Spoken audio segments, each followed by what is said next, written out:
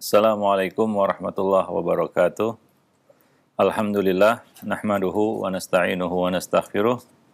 Wa na'udzu billahi min syururi anfusina wa sayyiati a'malina. May yahdihillahu fala mudhillalah wa may yudlil fala hadiyalah. Asyhadu an la ilaha illallah wahdahu la syarikalah wa asyhadu anna Muhammadan abduhu wa rasuluhu. Amma ba'd. Para pemirsa dan para pendengar Roja TV dan Radio Roja, kaum muslimin dan muslimat rahimani wa rahimakumullah.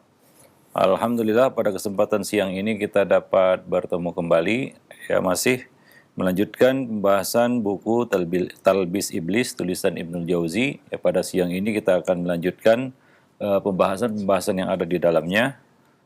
Kita bersyukur kepada Allah Subhanahu wa taala yang masih melimpahkan nikmat dan karunia kepada kita semua. Kemudian salawat dan salam tidak lupa kita limpahkan untuk Nabi kita Muhammad sallallahu alaihi wasallam, untuk keluarga beliau, sahabat-sahabat beliau, dan umat beliau sampai hari kemudian. Para pemirsa dan para pendengar Roja TV dan Radio Roja dan kaum muslimin serta muslimat yang dimuliakan Allah, pada kesempatan siang ini kita akan melanjutkan pembicaraan ya tentang perintah untuk memegang teguh sunnah dan mewaspadai segala macam bentuk bid'ah. Karena bid'ah merupakan salah satu tipu daya iblis yang terbesar yang membuat seorang muslim keluar menyimpang dari sunnah nabinya Muhammad sallallahu alaihi wasallam. Dan salah satu sifat ahli bid'ah adalah al-iftiraq, yaitu terpecah belah, al-furqah. Maka ada istilah yang digunakan oleh para ulama ahlu sunnah, ahlul ahwa'i wal furqah. Ya, pengikut hawa nafsu dan orang-orang yang terpecah belah atau kelompok-kelompok yang terpecah belah. Karena bid'ah dan para pelakunya itu tidak terlepas dari dua perkara tersebut. Yang pertama adalah ittiba'ul hawa, mengikuti hawa nafsu, yaitu tidak mengikuti ilmu. Siapa saja tidak mengikuti ilmu berarti dia mengikuti hawa nafsu. Kemudian sifat yang kedua adalah al-furqah, yaitu terpecah belah. Ya, masing-masing mengikuti ide, gagasan, pendapat mereka masing-masing. Mereka menafsirkan dan mereka mengartikan nas-nas syariat menurut hawa nafsu mereka, menurut keinginan mereka, menurut apa yang sudah mereka lakukan sebelumnya. Ya, tradisi, budaya yang dijadikan sebagai syariat. Para pemirsa dan para pendengar yang dimuliakan Allah, ya, sebuah hadis yang sudah kita sampaikan dan disebutkan oleh Ibnul Jauzi adalah tentang perpecahan umat. Ya, di antaranya adalah riwayat Abu Hurairah radhiyallahu anhu bahwa Nabi sallallahu alaihi wasallam bersabda, "Tafarraqatil yahudu ala ihda wa sab'ina firqah, au isnataini wa sab'ina firqah, wan nasara mithla dzalika, wa tafarraqat ummati wa tataftariqu ummati ala thalathin wa sab'ina firqah." Umat Yahudi telah terpecah belah menjadi 71 golongan atau 72 golongan. Kaum Nasrani juga terpecah belah sebanyak itu. Dan akan terpecah belah umatku ini menjadi 73 golongan. Ya. Hadis ini sahih, diriwayatkan oleh Al-Imam Tirmidzi dan dia mengatakan hadis ini sahih. Dan hadis ini telah disebutkan sebelumnya seperti yang ya kita sampaikan sebelumnya. Dan di dalam hadis itu disebutkan ada isyarat ya tentang siapakah golongan yang selamat ya dari 73 golongan tersebut. Ya, ketika para sahabat bertanya kepada Nabi sallallahu alaihi wasallam, ya ketika Nabi mengatakan kulluha finnar illa wahidah, semuanya ada di neraka kecuali satu golongan atau satu firqah. Para sahabat bertanya, siapakah mereka wahai Rasulullah? Nabi sallallahu alaihi wasallam mengatakan ma'ana alaihi wa ashabi, yaitu orang-orang yang berada di atas pedomanku dan pedoman sahabat-sahabatku. Nah, jika ada yang bertanya, ya di ini Ibnul Jauzi melontarkan satu pertanyaan untuk ya beliau jelaskan jawabannya. Jika ada yang bertanya, apakah golongan-golongan ini dapat diketahui? Nabi hanya menjelaskan satu golongan yang selamat. Adapun 72 yang dikatakan finnar, Nabi tidak sebutkan satu persatu. Dan juga ini tidak ditanyakan oleh sahabat-sahabat Nabi yang mulia. Namun bisakah kita mengetahui ataupun mengidentifikasi ya golongan-golongan tersebut? Jawabannya adalah Kita mengetahui, kata beliau, perihal perpecahan ini. Dan kita pun mengetahui induk kelompok-kelompok ya akibat dari perpecahan itu. Ya. Di dalam Islam kita lihat muncul ya dari abad ke abad, ya dari kurun ke kurun, ya orang-orang yang memunculkan ide gagasan baru di dalam agama atau pemikiran-pemikiran, keyakinan-keyakinan baru di dalam agama. Dan kemudian kelompok-kelompok induk tersebut terpecah belah menjadi kelompok-kelompok kecil. Ya. Nah, dengan mengetahui ya, kita katakan induk dari pemikiran-pemikiran yang menyimpang atau kelompok-kelompok bid'ah ini, kita mengetahui ya cabang-cabangnya. Ada 6 kelompok besar. Dari situ terpecah belah menjadi berbagai ataupun beragam turunan. 6 kelompok besar itu ya yang menyimpang dari sunnah, ya, yang menyimpang dari sunnah Nabi Shallallahu Alaihi Wasallam, yang tidak berada di atas sunnah, atau kita sebut sebagai kelompok bid'ah. Yang pertama adalah Khawarij, yang kedua Qadariyah, yang ketiga Jahmiyah, yang keempat Murji'ah, yang kelima Rafidah, dan yang keenam Jabariyah. Ini 6 kelompok besar. Dari situ terpecah belah menjadi kelompok-kelompok kecil. Ya, misalnya Khawarij, Haruriyah, terpecah belah menjadi 12 kelompok.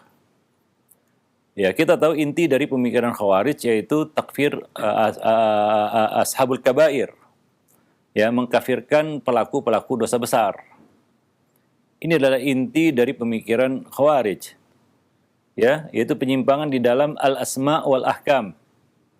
Ya, penetapan nama, status dan hukum atas siapa? Atas muslim yang melakukan dosa besar. Ya, yang menurut mereka muslim yang melakukan dosa besar itu hukumnya kafir. Inti dari pemikiran Khawarij itu adalah masalah tersebut, masalah asma wal ahkam.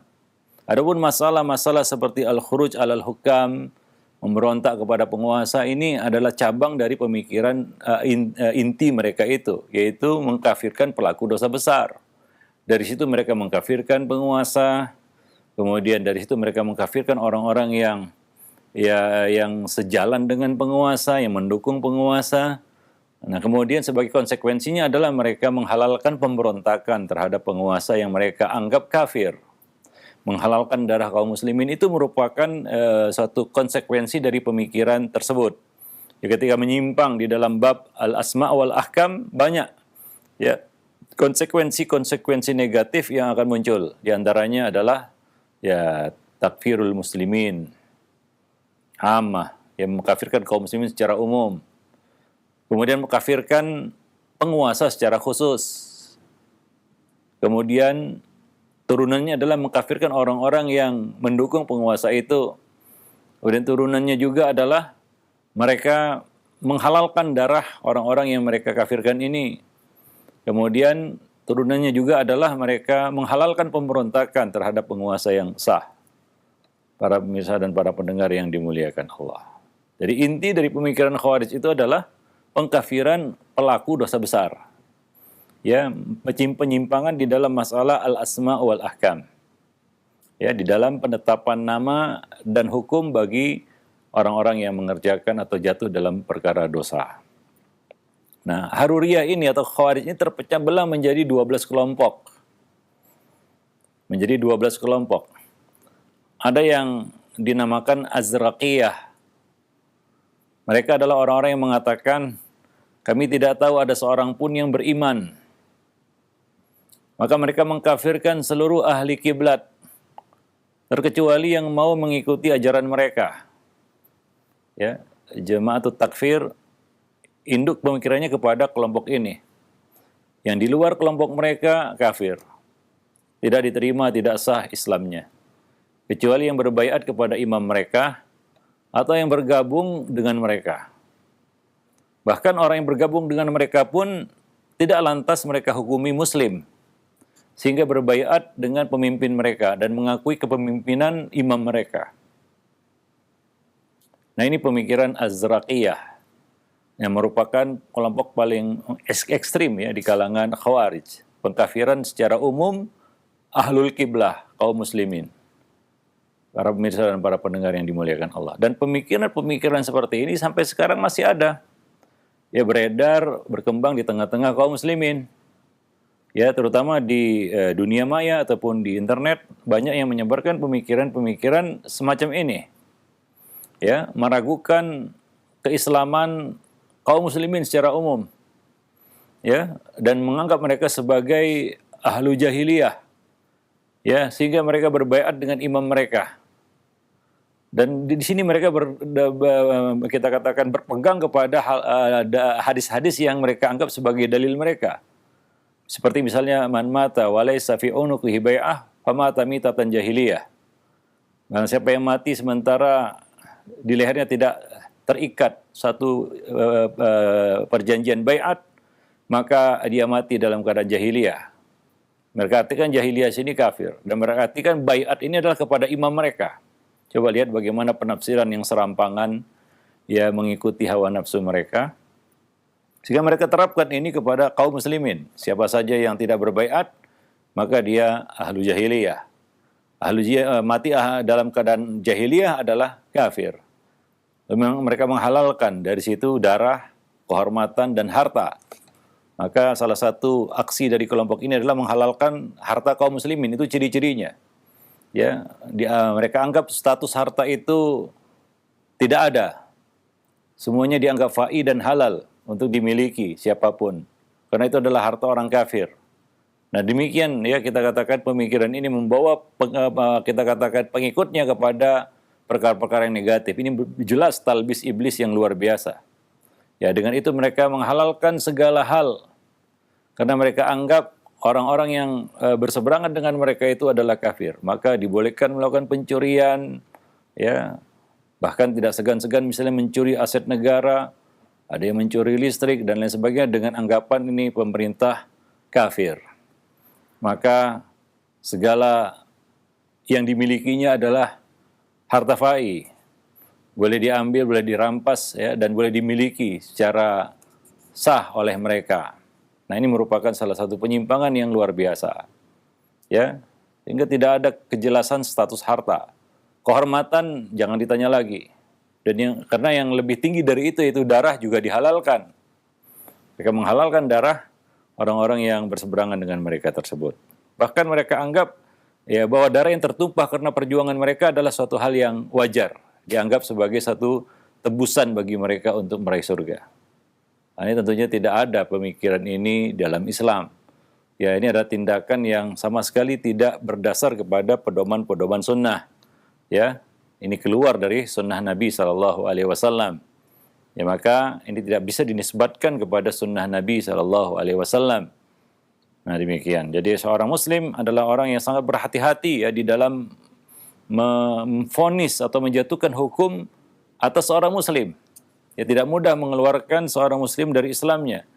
Kecuali sesuatu yang diyakini, ya misalnya dia bersumber dari dirinya sendiri, dia mengakui dan menyatakan bahwa dia bukan Muslim lagi.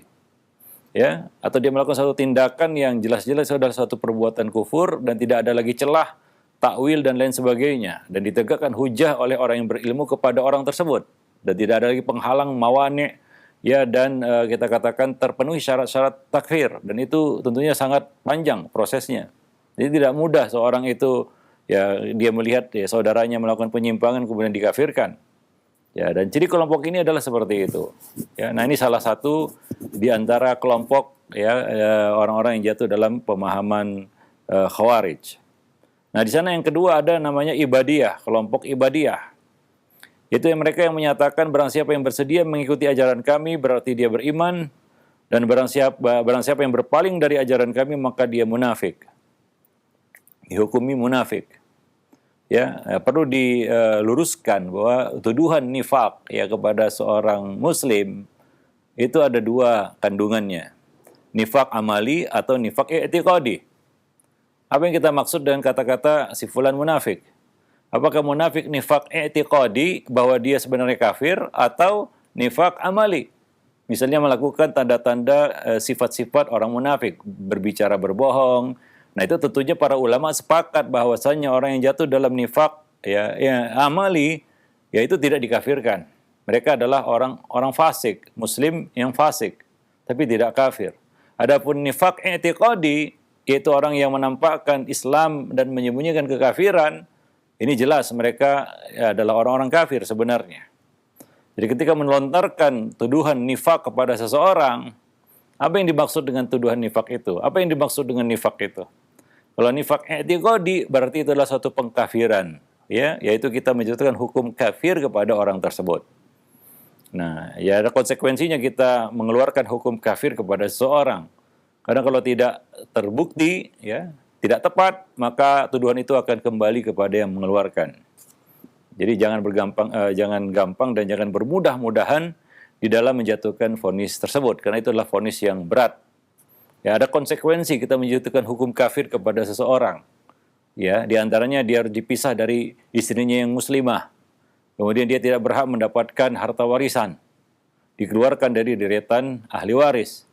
Ya, kemudian dia tidak dilakukan jenazahnya menurut ya penyelenggaraan jenazah muslim. Kemudian dia tidak dikuburkan di perkuburan kaum muslimin. Ya, nah, itu konsekuensi dari hukum kafir kepada seseorang. Maka Ibadiyah mengatakan orang yang tidak bersama kami, kalau tadi Azraqiyah jelas-jelas mengatakan mereka kafir. Nah, Ibadiyah mengatakan mereka munafik. Tapi yang mereka maksud munafik di sini bukan nifak amali, tapi nifak i'tiqadi, artinya kafir, keluar dari Islam, ya. Yang mana dia harus bersyahadat lagi. Ya, apabila dia mau ya menjadi seorang muslim. Ya, tidak cukup dengan taubat tentunya. Kalau orang murtad bertaubat yaitu dia bersyahadat lagi. Nah, demikian. Beda dengan munafik nifak amali. Ya, orang yang jatuh dalam nifak amali, dia cukup bertaubat kepada Allah Subhanahu wa taala, melengkapi syarat-syarat taubat, ya. Dan mudah-mudahan taubatnya diterima oleh Allah Subhanahu wa taala. Nah, demikian. Ya, jadi Ibadiyah ini mengatakan orang yang tidak bersama kami, tidak mengikuti ajaran kami, tidak membaiat atau berbaiat kepada imam kami, maka dia adalah orang munafik. Baik. Kemudian yang ketiga, ada kelompok yang bernama Sa'labiyah. Ini adalah orang-orang yang mengatakan tidaklah Allah menetapkan atau menakdirkan sesuatu pun. Ya. Jadi ada di antara kelompok Khawarij ini yang juga menyimpang di dalam bab takdir. Ya. Begitu bid'ah itu berkembang, awalnya di dalam bab asma' wal ahkam. Ya, kemudian merembet kepada masalah-masalah lainnya. Di antaranya adalah masalah takdir. Mereka mengatakan Allah tidak menetapkan dan menakdirkan sesuatu pun. Bahwa itu terjadi bukan karena takdir Allah Subhanahu wa taala. Ini mirip dengan pemikiran Qadariyah tentunya, ya. Yang mengatakan al-amru unuf, bahwasanya perkara itu terjadi tanpa diketahui oleh Allah Subhanahu wa taala. Artinya Allah tidak mengetahuinya. Nah, di sini mereka mengatakan Allah tidak menetapkan sesuatu pun. Itu bukan ketetapan Allah Subhanahu wa taala. Ya, kekufuran, kekafiran, kemaksiatan itu bukan ketetapan Allah. Ya, nah demikian. Dan di sini mereka lebih ekstrim lagi. Mereka menafikan takdir itu sama sekali, ya, bahwa tidak ada satupun yang ditakdirkan Allah Subhanahu wa taala. Kemudian ada kelompok di antara mereka yang bernama Hazimiyah. Ya, di antara kelompok Khawarij itu ada kelompok yang bernama Hazimiyah. Yaitu mereka yang mengatakan kami tidak tahu apa itu iman. Dan kami berkeyakinan bahwasanya semua makhluk akan dimaafkan atas segala kesalahannya. Ya. Nah, ini kelompok Hazimiyah. Mereka menisbikan ataupun menihilkan makna iman. Mereka mengatakan kami tak apa itu iman. Ya, seolah-olah itu adalah suatu hal yang tidak ada di dalam syariat. Tidak dijelaskan oleh Nabi. Ya, dan mereka berkeyakinan bahwa semua makhluk akan dimaafkan atas segala kesalahannya. Nah, di sini mungkin agak berbeda dengan inti dari pemikiran Khawarij yang menetapkan bahwa orang-orang yang mereka kafirkan ini ataupun muslim yang dikafirkan ini adalah orang yang kekal di dalam neraka, tidak keluar dan tidak mendapatkan kemaafan dari Allah Subhanahu wa taala. Nah, ini sedikit berbeda dengan pemahaman Hazimiyah yang mereka mengatakan bahwa makhluk akan dimaafkan atas segala kesalahannya. Kemudian ada yang bernama Khalafiyah. Ya, Khalafiyah ini ya, diambil dari kata khalaf, yaitu orang-orang yang berada di belakang ataupun tertinggal di belakang. Ya, itu arti khalafiyah, orang tertinggal di belakang. Ya. Jadi kenapa mereka dinamakan dengan nama tersebut? Karena mereka berkeyakinan bahwasanya yang tertinggal di belakang dalam kewajiban jihad, yaitu meninggalkan medan jihad, laki-laki maupun perempuan, maka dia telah kafir. Ya, orang-orang yang mengabaikan dan tidak mau melaksanakan kewajiban jihad ini mereka anggap kafir. Nah, jihad di sini tentunya menurut persepsi mereka. Ya, bukan menurut persepsi syariat. Ya, karena kata-kata jihad ini kadang-kadang digunakan untuk kepentingan-kepentingan tertentu, ya. Ya, setiap kelompok menyerukan bahwa apa yang mereka lakukan itu adalah jihad. Ya, tapi apakah jihad itu syar'i atau tidak syar'i? Ini masalah lain pula. Ya, jadi yang mereka maksud dengan jihad, meninggalkan jihad ini adalah jihad versi mereka. Maka orang-orang tidak ikut berjihad bersama mereka, berjuang bersama mereka, maka dihukumi kafir. Dihukumi telah tertinggal di dalam medan perang. Yang hukumnya adalah kafir menurut mereka. Ya, jadi bukan jihad menurut pengertian syariat. Anggaplah yang mereka maksud, ya, meninggalkan jihad di sini adalah jihad menurut terminologi syar'i. Ya, tetap saja para ulama tidaklah mengkafirkan orang-orang yang tertinggal jihad. Ya, seperti di zaman Nabi ada beberapa orang yang tertinggal, ya, tidak ikut jihad bersama Nabi, dan Nabi tidak mengkafirkan mereka. Ya, walaupun ya mereka disikapi dengan sikap yang tegas, ya, diboikot sampai 40 hari, ya, dan akhirnya Allah memaafkan dan menerima taubat mereka. Artinya, ya, ketika mereka bertaubat, mereka tidak perlu bersyahadat lagi karena dianggap telah kafir, tidak. Ya, maka orang yang meninggalkan jihad syar'i sekalipun tidaklah dikafirkan, ya, menurut syariat Islam atau menurut kita katakan ketentuan agama. Apalagi yang lebih kita katakan menyimpang di sini adalah jihad yang mereka maksud adalah jihad menurut persepsi mereka sendiri, ya. Nah, ya belum tentu ya apa yang mereka pahami tentang jihad itu benar. Ya, banyak sekarang ini orang yang mengatasnamakan jihad ternyata itu bukan jihad. Ya, jauh dari apa? Dari kita katakan ketentuan-ketentuan yang berkaitan dengan jihad fisabilillah. Karena itu adalah suatu amal ibadah yang agung, tidak boleh dilakukan ya serampangan, tidak mengikuti kaedah dan aturan. Para pemirsa dan para pendengar yang dimuliakan Allah. Nah, itu kelompok kelima yang bernama Khalafiyah. Nah, di sana ada kelompok yang keenam yang bernama Mukarramiyah. Mereka adalah orang-orang yang mengatakan tidak boleh seorang pun menyentuh orang lain, karena dia tidak tahu mana yang suci dan mana yang najis. Dan dia tidak boleh makan bersamanya hingga ia bertaubat dan mandi. Sebagai konsekuensi dari hukum takfir ataupun kafir yang mereka jatuhkan. Maka mereka mengatakan innamal musyrikuna najas. Sesungguhnya orang-orang musyrik, orang-orang kafir itu najis. Maka menurut pendapat mereka, orang-orang yang sudah dikafirkan ini, ya, maka tidak boleh disentuh, karena menyentuhnya sama dengan menyentuh najis. Ya, kalau dia misalnya bertamu ke rumah kita ataupun kita bertamu dia bertamu ke rumah kita, maka bekasnya itu dicuci. Ya, mungkin ada kelompok seperti itu, ya, menganggap orang-orang yang di luar kelompok mereka adalah najis, ya, yang tidak boleh berinteraksi, bersentuhan langsung dengan mereka hingga bertaubat dan mandi, kata mereka. Nah, demikian. Mungkin ada kelompok ya sekarang ini yang punya pemikiran seperti itu dan masih mempraktikkannya. Menganggap ya orang-orang di luar kelompok mereka adalah benda najis yang kalau tersentuh sesuatu harus dibasuh, harus disucikan istilahnya. Ya, wallahu alam bishawab. Ternyata kelompok seperti itu ada ya dari zaman dahulu kala. Ya, begitulah pemikiran sebenarnya tidak mati, ya, hanya saja ya mungkin ya kita katakan berpindah dari generasi, diwariskan dari generasi ke generasi berikutnya. Wallahu alam bishawab. Kemudian ada ketujuh yang bernama Khanziyah. Ya, kelompok ini mengatakan tidak patut bagi seorang pun memberikan hartanya kepada siapapun. Karena boleh jadi yang diberi itu tidak berhak diberi. Bahkan dia harus menimbun hartanya di dalam tanah hingga ahlul haq menang dan berkuasa. Artinya mereka berkuasa. Nah, ini kelompok yang sering menarik harta dari pengikutnya ya, dari orang-orang yang ikut bersama mereka.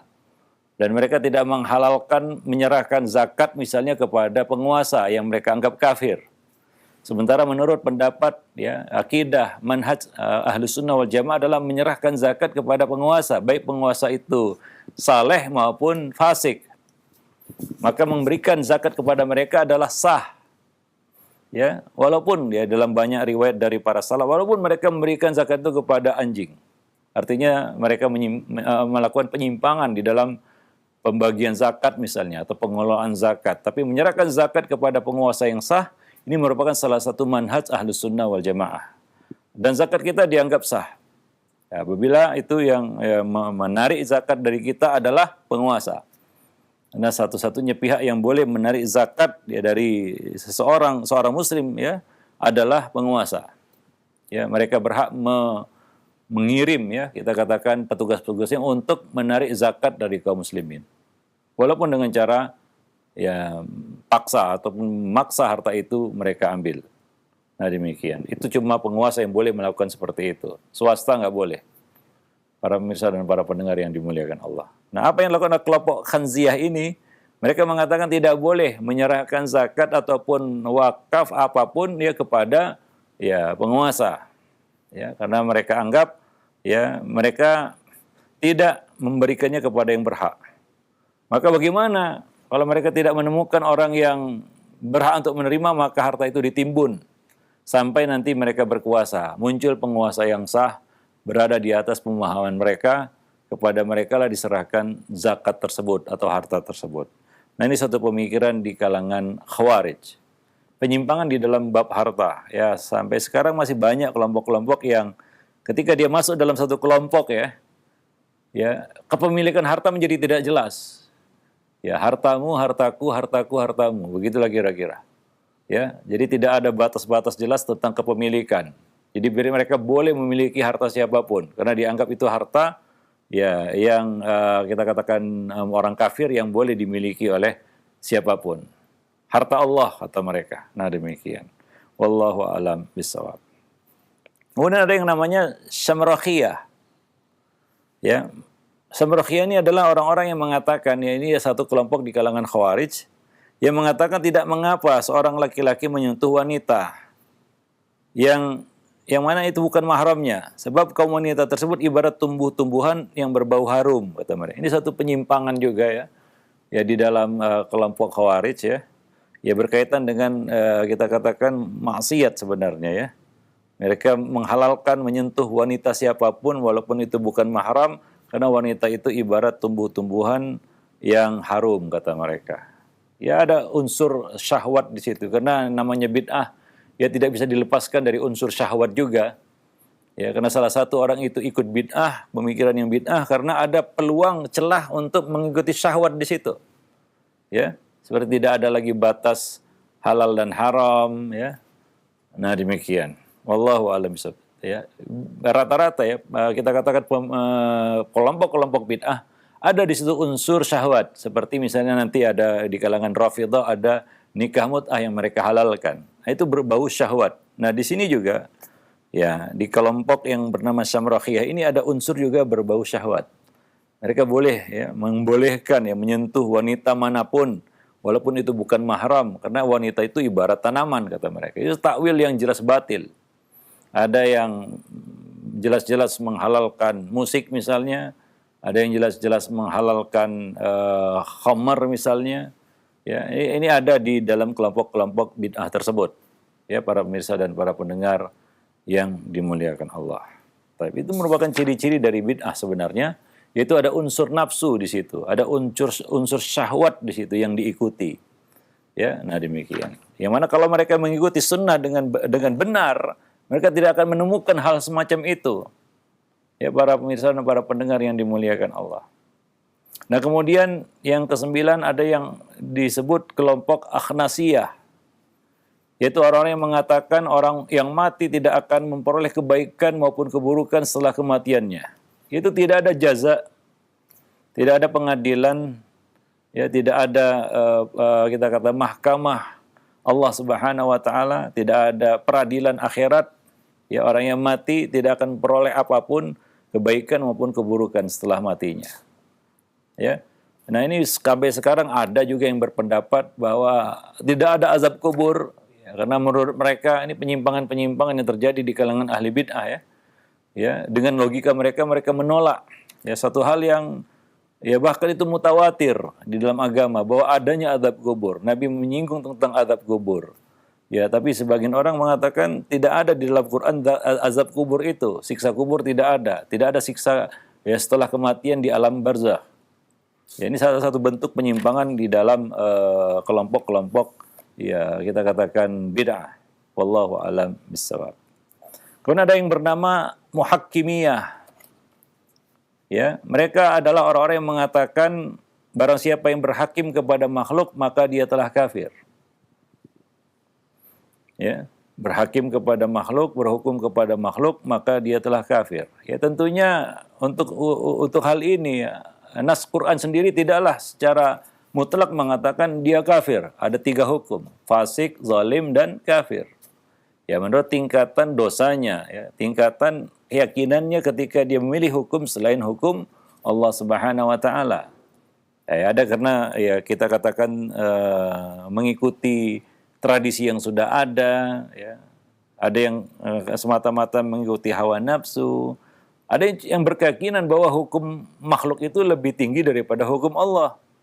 Ya, jadi hukumnya itu ada yang bisa jatuh kafir, ada yang sebatas ya, fasik, dan ada yang itu berbentuk kezaliman, zalim. Ya, nah, jadi itu hukum Al-Quran berkaitan dengan waman lam yahkum bima anzalallah faulaika humul kafirun, ya, fasikun dan zalimun. Nah, demikian. Wallahu a'lam bishawab. Jadi tidak satu hukum, ya. Kemudian ada yang disebut sebagai kelompok Haruriyah. Itu orang yang mengatakan kami tidak tahu pasti tentang perselisihan antara Ali dan Muawiyah. Maka kami berlepas diri dari kedua kelompok tersebut. Dan orang-orang yang mengikuti mereka. Ini dikatakan Haruriyah, ya mereka orang-orang yang mengasingkan diri di satu tempat, ya, kemudian mereka membuat kelompok di situ dan memisahkan diri baik itu dari kelompok Ali bin Abi Thalib maupun Muawiyah bin Abi Sufyan. Kelompok ini yang kemudian diperangi oleh Ali bin Abi Thalib di Nahrawan, ya, kelompok Haruriyah ini. Ya, nah demikian. Yang mereka yang mengatakan inil hukmu illa lillah. Mereka menolak tahkim, ya, perdamaian yang terjadi antara pihak Ali bin Abi Thalib dan Muawiyah bin Abi Sufyan. Ya, kebanyakan dari mereka ini sebelumnya bersama Ali bin Abi Thalib, tapi mereka kecewa dengan tahkim dan mereka menolak hasil tahkim antara Amr bin As dan Abu Musa al-Asy'ari, ya, yang menjadi penengah ataupun jadi juru damai antara kedua kelompok ini. Ya, mereka tidak menghendaki itu dan mereka mengasingkan diri di satu tempat yang bernama Nahrawan. Kemudian mereka Ali bin Abi Thalib sempat mengutus Abdullah bin Abbas untuk menegakkan hujjah kepada kelompok ini. Sebagian dari mereka rujuk dan sisanya diperangi oleh Ali bin Abi Thalib, ya, radhiyallahu anhu. Nah, kemudian ada yang kelompok yang bernama Maimuniyah. Mereka adalah orang-orang yang mengatakan tidak ada pemimpin yang sah kecuali dengan keridhaan orang-orang yang kami cintai. Mereka menafikan, ya, kepemimpinan, kekhalifahan, ya, atas umat Islam kecuali yang mereka restui, yang mereka ridhai, yang berasal dari golongan mereka. Wallahu a'lam bishawab. Nah, di sana masih banyak lagi turunan-turunan dari, ya, kelompok Khawarij ini, ya. Ya, berdasarkan pemikiran-pemikiran mereka, misalnya salah satunya adalah pemikiran mereka yang membolehkan memberontak kepada penguasa, melawan penguasa yang sah. Ini salah satu pemikiran mereka. Nah, di sana ada kelompok yang menyimpang, ya, dari kalangan mereka yang menyimpang dalam bab itu. Kelompok itu bernama Al-Qa'diyah. Ibnu Hajar al-Asqalani menyinggung kelompok ini masuk dalam kita katakan ke dalam kelompok Khawarij, ya, kelompok yang disebut Al-Qa'diyah. Kenapa mereka dikatakan Al-Qa'diyah? Karena mereka adalah orang-orang yang memprovokasi manusia untuk melawan penguasa. Sementara secara langsung mereka tidak terlibat di dalam pemberontakan. Ya, mereka lepas tangan, tidak ikut bersama kelompok pemberontak. Tapi yang mereka lakukan adalah memprovokasi manusia untuk mengikuti kelompok pemberontak ini. Nah, kelompok ini disebut Al-Qa'diyah.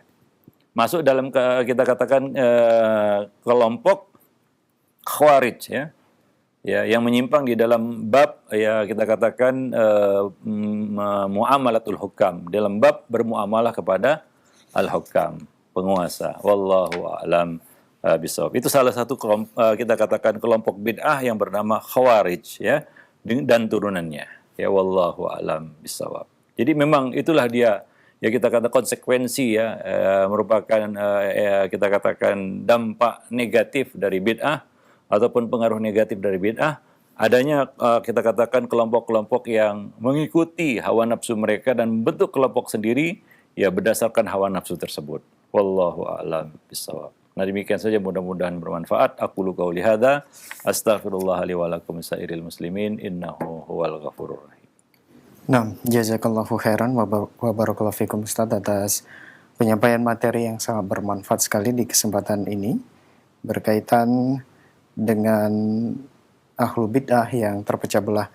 Baik, ikhwatal Islam jazakumullah, silakan bagi Anda yang ingin bertanya secara langsung. Baik, kita ke pertanyaan melalui pesan singkat. Assalamualaikum warahmatullahi wabarakatuh Ustaz. Ustaz, apakah kelompok Qadariyah ada sampai sekarang ini dan bagaimana ciri-ciri khusus mereka yang harus diwaspadai? Syukran. Ya, Qadariyah tentunya masih ada sampai hari ini. Ya, ketika kita membahas, ya, turunannya, ya, kelompok-kelompok yang ada di dalam Qadariyah itu, maka akan kita temukan orang-orang yang punya pemikiran seperti itu hari ini. Itu akan kita bahas pada pertemuan yang akan datang. Yaitu kelompok kedua dari kelompok dari kelompok induk, ya, induk dari kelompok-kelompok bid'ah tadi. Yang kedua adalah Al-Qadariyah yang akan kita bahas pada pertemuan yang akan datang insyaallah. Dan 12 kelompok yang menjadi pecahannya. Ya, yang menjadi pecahannya. Ya tentu saja, ya, inti dari pemikiran Qadariyah itu adalah menafikan, asalnya adalah bahwa al-amru unuf, bahwa perkara itu terjadi spontan tanpa ilmu dari Allah Subhanahu wa taala. Artinya ini yang paling dasar dari pemikiran Qadariyah, yaitu Allah tidak tahu apa yang terjadi. Ya, Allah tidak tahu apa yang terjadi hingga hal itu terjadi. Itu pemikiran Qadariyah. Ya, bahwa Allah tidak mengetahui. Ya, kalau Allah tidak mengetahui artinya Allah tidak menghendaki. Ya, tidak tahu bagaimana berkehendak. Ya, maka oleh karena itu, ya, Al-Imam Syafi'i mengatakan hujjahlah. Patahkan argumentasi Qadariyah ini dengan, ya, menanyakan kepada mereka apakah Allah tahu atau tidak tahu. Ya, tentang sesuatu yang terjadi itu. Baik itu baik maupun buruk. Ya, apakah Allah tahu itu terjadi atau tidak tahu itu terjadi. Nah, hujahlah mereka dengan ilmu Allah Subhanahu wa taala. Ya, jadi ada tingkatannya. Pertama, mereka mengingkari ilmu Allah. Ya, kemudian yang lebih tinggi lagi, ya, berkembang terus bid'ah itu.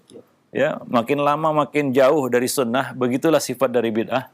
Mereka menafikan bahwa Allah menghendakinya. Masyiah Allah dinafikan. Ini tingkatan kedua setelah pertama. Setelah menafikan ilmu Allah, mereka menafikan masyiah Allah, bahwa Allah tidak menghendaki, tidak ada iradah dan masyiah dari Allah Subhanahu wa taala. Kemudian lebih tinggi lagi bahwa Allah Subhanahu wa taala tidak menciptakannya. Mereka menafikan al-khalq, bahwa itu bukan ciptaan Allah. Ini tingkatan yang paling, ya, itu yang dikenal di kalangan Qadariyah, yang mereka sama dengan al-majus hadil ummah. Ya, dan Nabi SAW telah mengabarkan itu, bahwa Qadariyah ini adalah majus hadil ummah, bahwa ada dua pencipta, ada pencipta kebaikan dan keburukan. Ya, perkara terakhir yang mereka nafikan adalah ciptaan Allah, bahwa itu bukan ciptaan Allah, bukan Allah yang menciptakan itu. Ada pencipta lain yang menciptakannya. Nah, demikian. Begitu, ya, akhirnya mereka, ya, menetapkan dua Tuhan di situ. Ada Tuhan kebaikan, ada Tuhan keburukan. Berangkat dari awal penafian ilmu Allah tentang sesuatu yang terjadi. Yang menurut pendapat mereka, menurut akal mereka yang picik, mereka katakan ini tidak mungkin Allah tahu. Kalau Allah tahu ini cacat bagi ilmu Allah, kata mereka. Kita coba lihat bagaimana itu bid'ah itu bekerja, ya. Bagaimana talbis iblis di dalam bab ini luar biasa. Sampai akhirnya mereka menafikan al-khalq, ciptaan, bahwa itu bukan ciptaan Allah. Pada awalnya mereka menafikan ilmu Allah Subhanahu wa taala.